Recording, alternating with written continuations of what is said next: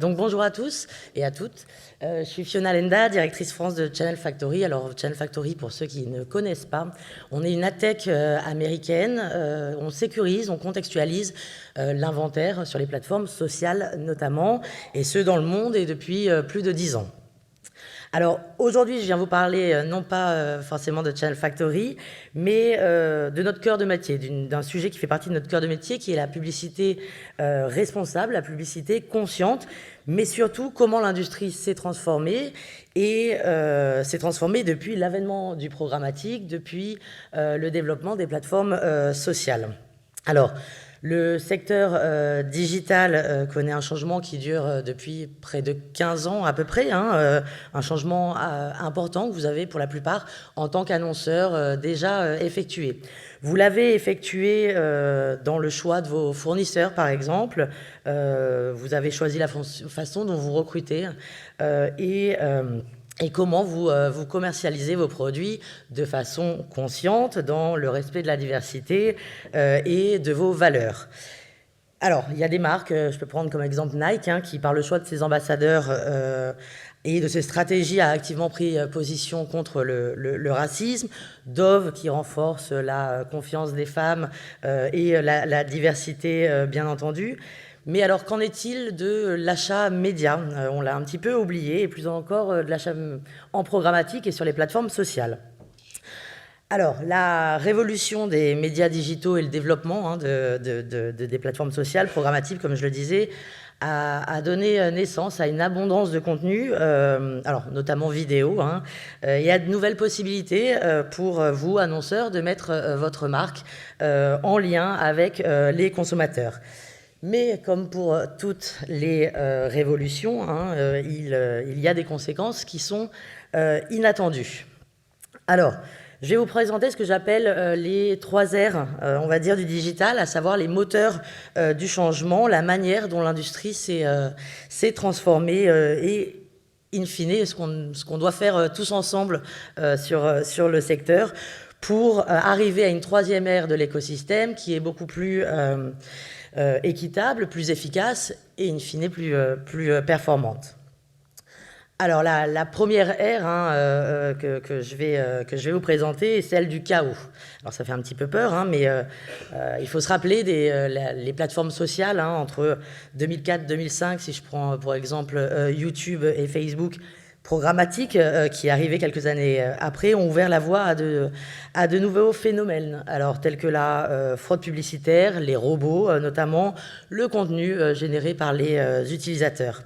Nous sommes entrés dans une ère où nous n'avions que très peu de contrôle sur le lieu, la manière, le moment où apparaissaient les publicités digitales, ni sur les contextes de diffusion, bien évidemment. Alors, ajoutez à cela des gens comme vous et moi qui sont devenus soudainement influenceurs, ont partagé leur opinion sur les plateformes sociales, encore une fois. Le contexte était un petit peu compliqué à maîtriser. Alors, l'absence de normes et de technologies de mesure à cette époque-là n'a pas facilité les choses. Lorsque nous avons voulu tous analyser les diffusions, la visibilité de nos campagnes. Alors, l'ère du chaos était donc définie, comme je le disais, par la non-visibilité des publicités, les fausses impressions et tout simplement l'absence de contrôle. Alors pour surmonter cela, nous sommes entrés dans une ère de prudence, de précaution.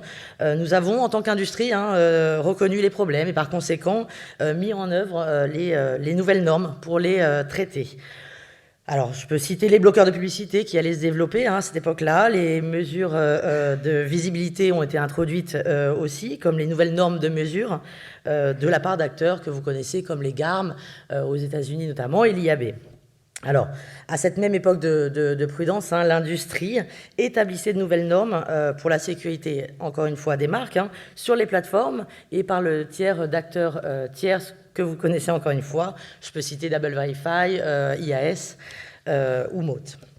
Alors, nous allions dans la bonne direction, mais toutes les mesures ont été prises sans tenir compte des nouveaux usages, des nouveaux modes d'achat du marché. À cette époque-là, le marché hésitait encore à investir en masse sur les plateformes sociales, encore très peu connues, on va dire localement, hein, mais la croissance versus les médias traditionnels était significatif. Donc lorsque le marché a commencé à dépenser de façon massive sur les plateformes sociales, pour des raisons de reach notamment, hein, je ne vais pas vous l'apprendre, hein, nous avons choisi de le faire en excluant tout au nom de la prudence, de la précaution.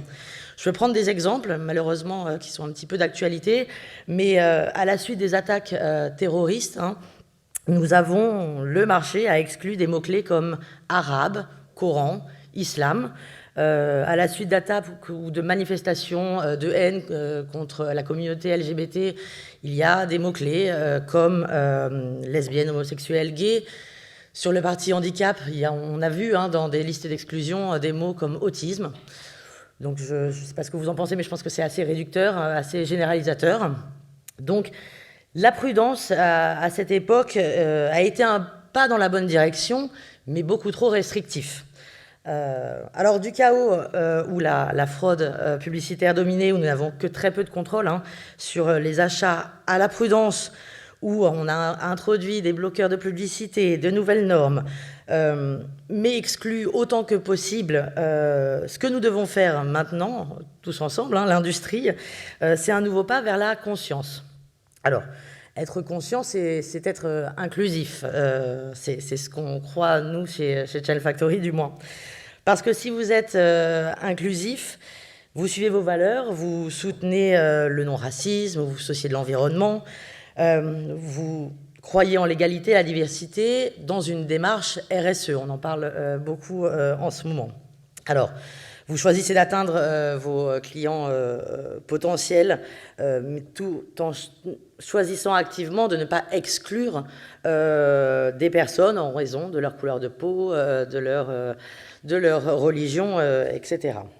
Alors, qu'est-ce que cela signifie, encore une fois, d'être conscient hein, d'abord, nous devons être conscients qu'il y a un problème. On doit l'identifier tous ensemble.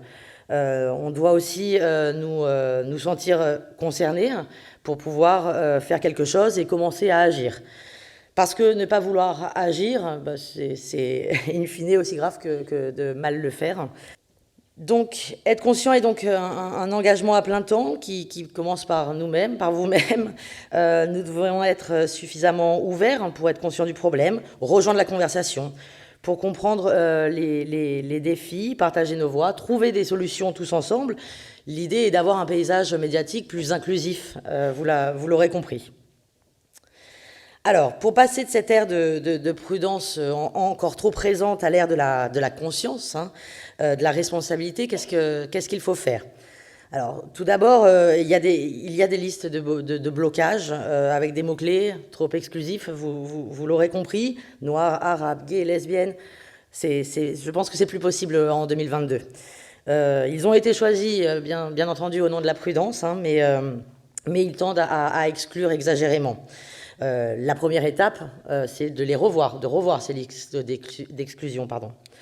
L'idée est de promouvoir, de soutenir la diversité, même dans l'achat média et sur les plateformes sociales et en programmatique, bien entendu. Nous devons développer des listes d'inclusion qui sont adaptées. On doit choisir alors sur une base locale hein, des chaînes qui défendent vos valeurs et des valeurs positives communes. Alors je peux prendre comme exemple des chaînes YouTube comme Greta Thunberg. Je pense que tout le monde la connaît, hein, j'ai pas besoin de présenter. Après, il y en a plein d'autres. Il y a aussi Aisha Jones qui fait un travail incroyable pour les Black Lives Matter. Voilà, il faut aller travailler vraiment spécifiquement ces listes d'inclusion. Alors après, on va examiner aussi l'actualité, les news, les informations. Alors, qu'est-ce que c'est aujourd'hui les news? Alors, je ne sais pas si 20 minutes on va voir, mais effectivement, c'est un vrai sujet sur le digital. Est-ce que c'est quelqu'un qui partage son opinion sur YouTube, qui a une chaîne avec, voilà, ou quelqu'un ou vraiment de l'éditorial? Donc, aujourd'hui, les informations sont souvent bloquées sur nos achats digitaux parce qu'on ne sait pas trop, parce que la définition n'a pas encore été vraiment détaillée sur les plateformes sociales. Pour soutenir aujourd'hui la démocratie, concrètement et d'un point de vue conscient, il faut identifier des sources d'informations qui sont responsables et conscientes. Je pense que notre ami de 20 minutes pourra ne pas dire le contraire. Il est très important, in fine, de suivre les marchés sur lesquels vous travaillez, de vous demander si vous voulez soutenir ou non le contenu viral. Ça va très vite. On peut prendre comme exemple la crise ukrainienne. Malheureusement, il y a des annonceurs qui voulaient être présents sur ce contenu, qui voulaient aller dessus et délivrer, d'autres non. Il faut avoir il faut le stress. Juste pour un petit récap, je vais aller très très vite. La révolution donc des médias digitaux a créé donc une abondance de contenu vidéo pour les annonceurs. Le chaos des premiers jours appelait à plus de prudence, de contrôle, mais les conséquences involontaires des actions de l'industrie ont été l'exclusion, l'inégalité. Donc aujourd'hui, il faut s'engager à lutter contre les inégalités inhérentes aux normes actuelles du secteur et à favoriser le changement vers un marché de la vidéo qui est plus inclusif et plus équitable. Responsabilité égale durabilité, je pense qu'on est tous d'accord. Merci.